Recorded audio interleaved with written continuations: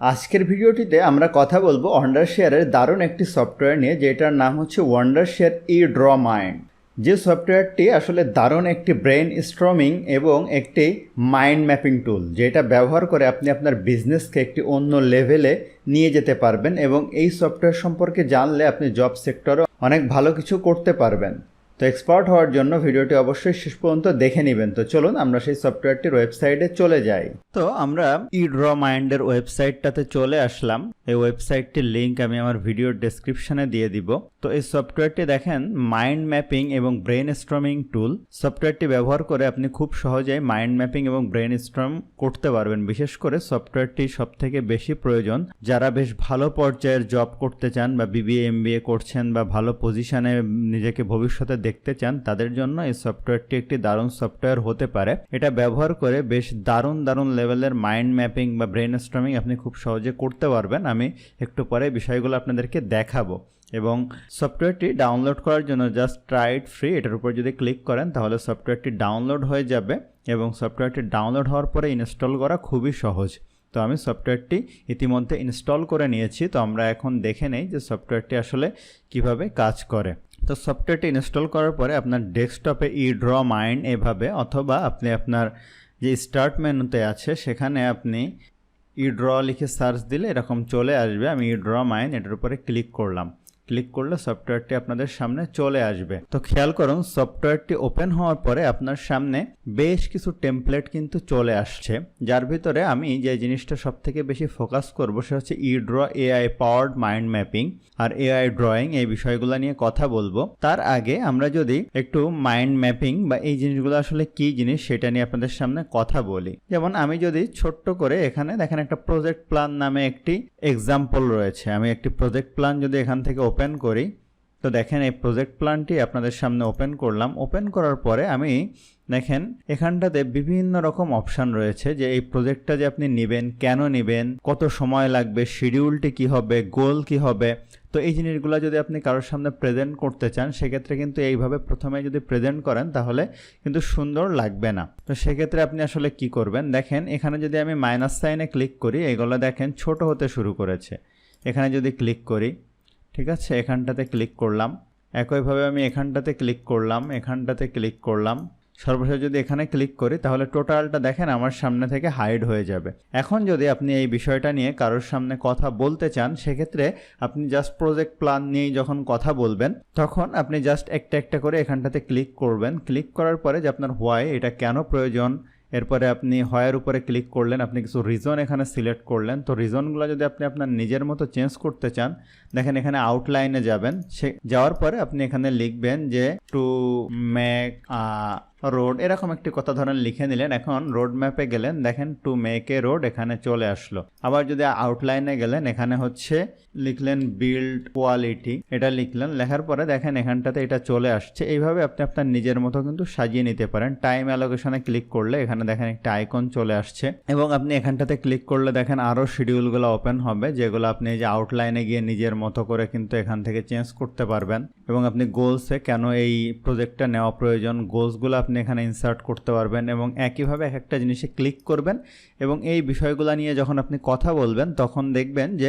আপনার অনেকটা প্রেজেন্টেশনের মতো এই জিনিসটা আপনার কাজ করবে। এবং বিষয়গুলো নিয়ে যখন আপনি ব্রেন স্টর্ম করতে দিবেন যে কেমন শিডিউল প্রয়োজন, কেমন অ্যালোকেশন প্রয়োজন, মানুষ যখন কথা বলবে তারপরে একটা একটা করে আপনি জিনিসগুলো অন করবেন। তো এইভাবে আপনি খুব সহজেই কিন্তু এরকম একটি দেখেন চেঞ্জ করতে পারেন। অথবা প্রজেক্ট প্ল্যান ধরেন এটার উপরে আপনি লেখা চেঞ্জ করে অন্য কিছু করতে পারেন, সেটা হচ্ছে আউটলাইন, এটা লিখলেন, লিখেও আপনি খুব সহজে এটা চেঞ্জ করে দিতে পারবেন। এখান থেকেও আপনি এই লেখাগুলো চেঞ্জ করতে পারবেন।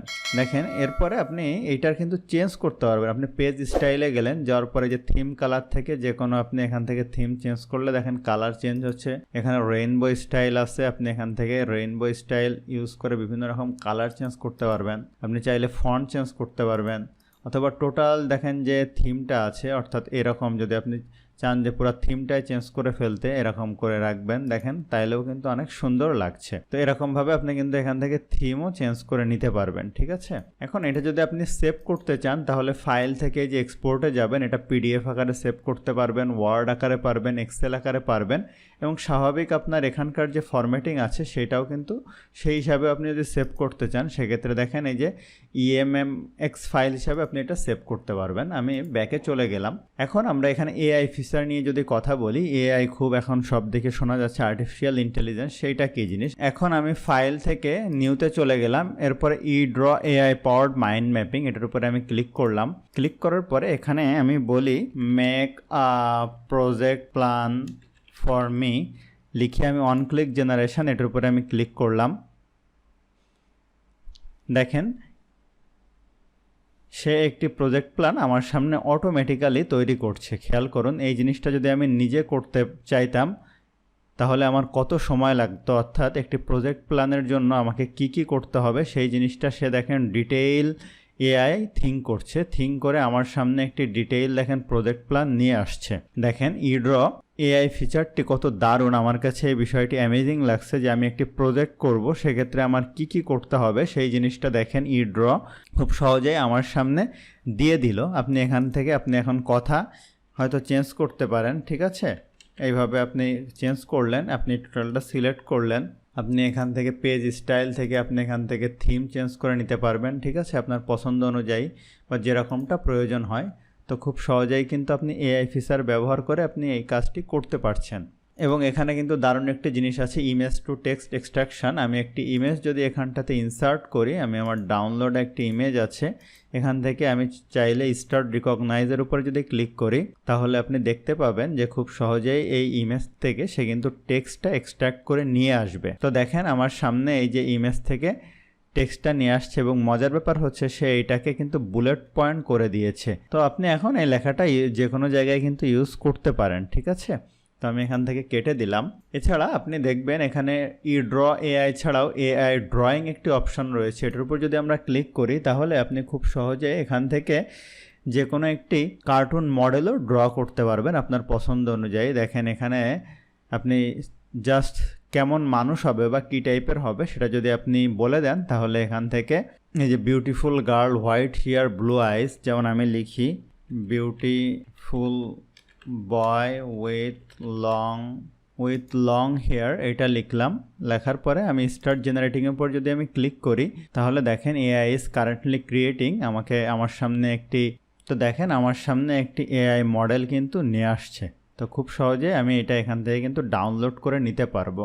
এরপরে আপনি ইমেজ টু ইমেজ একটি অপশান রয়েছে, যেমন আমি যদি এটার উপরে ক্লিক করি, ক্লিক করার পরে একটি ইমেজ এখানটাতে আপলোড করি। আমি ধরুন আমার এই ইমেজটি এখান থেকে আমি সিলেক্ট করলাম, করার পরে স্টার্ট জেনারেটিং, এটার উপর যদি ক্লিক করি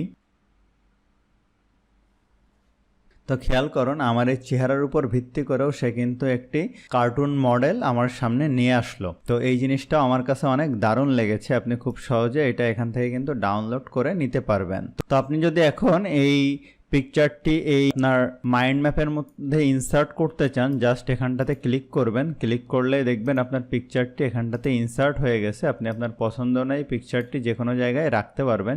তো আশা করি বুঝতে পারছেন যে এই ওয়ান্ডারশেয়ারের EdrawMind কত দারুণ একটি সফটওয়্যার এবং কত দারুণ কাজ এটা দিয়ে খুব সহজে আপনি করতে পারবেন। তো সফটওয়্যারটি যদি ফুল ভার্সন আপনারা নিতে চান তাহলে আমি ভিডিও ডেসক্রিপশনের লিঙ্ক থেকে আপনি বাই নাও এটার উপরে ক্লিক করলে এখান থেকে Wondershare EdrawMind এখান থেকে আপনি খুব সহজে লার্ন মোরের উপরে ক্লিক করতে পারেন এবং এই সফটওয়্যারটি এখান থেকে খুব সহজে আপনি কিনে নিতে পারবেন। তো আশা করছি ভিডিওটি আপনার জন্য হেল্পফুল ছিল। ভিডিওটি ভালো লাগলে অবশ্যই লাইক করবেন, কেমন লাগলো কমেন্ট করবেন, আপনার বন্ধুদের সাথে শেয়ার করতে ভুলবেন না।